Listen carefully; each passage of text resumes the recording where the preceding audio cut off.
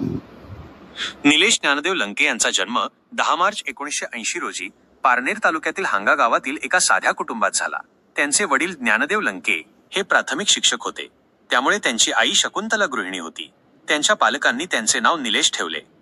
वडील शिक्षक असल्याने त्यांच्या वडिलांना त्यांचा मुलगा चांगला शिकावा आणि चांगली नोकरी मिळावी अशी त्यांची इच्छा होती, म्हणून ते त्यांना त्यांच्यासोबत शाळेत घेऊन जायचे। त्यांचे शिक्षण जिल्हा परिषदेच्या शाळेत 4थी पर्यंत झाले आणि त्यांचे वडील शिक्षक होते। नंतर त्यांनी हांगा येथेच त्यांचे हायस्कूल शिक्षण पूर्ण केले। लहानपणी त्यांना कुस्तीची आवड होती। ते कुस्ती खेळण्यासाठी अनेक ठिकाणी जात असत। कधी कधी ते रात्री उशिरा घरी येत असत।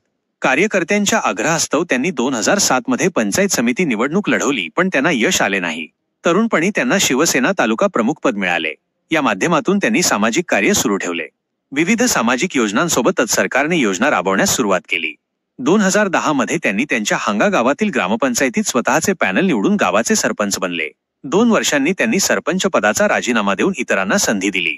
2012 मध्ये श्रीमती निलेश लंके यांच्या पत्नी राणीताई लंके पंचायत समिती सदस्य म्हणून निवडून आल्या आणि पारनेर पंचायत समितीच्या उपसभापती झाल्या। दरम्यान निलेश लंके यांनी यशवंतराव चव्हाण मुक्त विद्यापीठातून BA करून आपले काम सुरू ठेवले। त्यांनी 2016 मध्ये BA चे शिक्षण पूर्ण केले। 2017 मध्ये त्यांच्या पत्नी जिल्हा परिषद सदस्य म्हणून निवडून आल्या आणि जिल्हा नियोजन समितीच्या सदस्य झाल्या। 28 फेब्रुवारी 2018 रोजी पारनेर येथे शिवसेना अध्यक्ष माननीय उद्धवजी ठाकरे यांची बैठक झाली। काही लोकांना निलेश लंके यांच्या सामाजिक आणि राजकीय वर्चस्वात रस नव्हता। परिणामी निलेश लंके यांच्यावर दौऱ्यादरम्यान दगडफेकीचा आरोप होता। त्यामुळे 6 मार्च 2018 रोजी त्यांना शिवसेनेतून निलंबित करण्यात आले।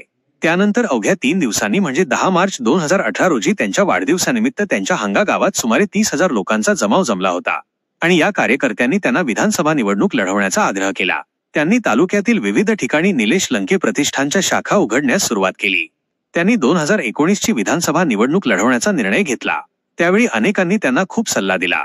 काहींनी त्यांना काँग्रेसमध्ये जाण्याचा सल्ला दिला, तर काहींनी भाजप किंवा राष्ट्रवादी काँग्रेसमध्ये जाण्याचा सल्ला दिला। काहींनी शिवसेना प्रमुखांची माफी मागून पुन्हा शिवसेनेत येण्याचा सल्ला दिला होता। दरम्यान राष्ट्रवादी काँग्रेसचे ज्येष्ठ नेते माननीय शरदचंद्रजी पवार साहेब महाराष्ट्रात एक आघाडी तयार करत होते। निलेश लंके यांच्या कार्याची आणि त्यांच्या मागे असलेल्या तरुणांची दखल घेत त्यांना राष्ट्रवादी काँग्रेसकडून निवडणूक लढवण्याची संधी देण्यात आली।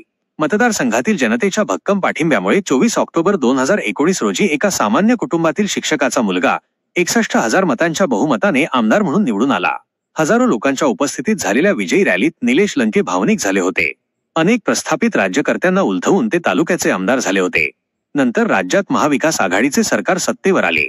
योगायोगाने ज्या पक्षाने त्यांना काढून टाकले होते त्या पक्षाचे अध्यक्ष माननीय उद्धवजी ठाकरे निलेश लंके यांच्या 145 जादुई आकृतीने महाराष्ट्राचे मुख्यमंत्री झाले। ते राजकारणात नवीन होते। कोरोनासारख्या जागतिक साथीच्या काळात त्यांनी जगातील पहिले वैयक्तिक कोविड सेंटर सुरू केले, जे देशातील पहिलेच होते। त्यात हजारो रुग्णांना मोफत उपचार मिळाले।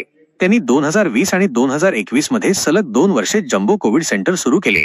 राज्यातील विविध जिल्ह्यांतील रुग्णांसह इतर राज्यातील रुग्णांवरही या कोविड सेंटरमध्ये यशस्वीरित्या उपचार करण्यात आले। पारनेरची भूमी ही वीर सुधारक संतांची भूमी आहे। या भूमीने देशाला अनेक प्रसिद्ध हिरे दिले। मतदारसंघातील बहिर्जी नाईक, सेनापती बापट, संत निळोबाराय तसेच पद्मभूषण अण्णा हजारे आणि पद्मश्री पोपटराव पवार यांच्यानंतर हा तालुका निलेश लंके म्हणून ओळखला जाऊ लागला। लोकसभा 2024 मध्ये त्यांनी माजी खासदार सुजय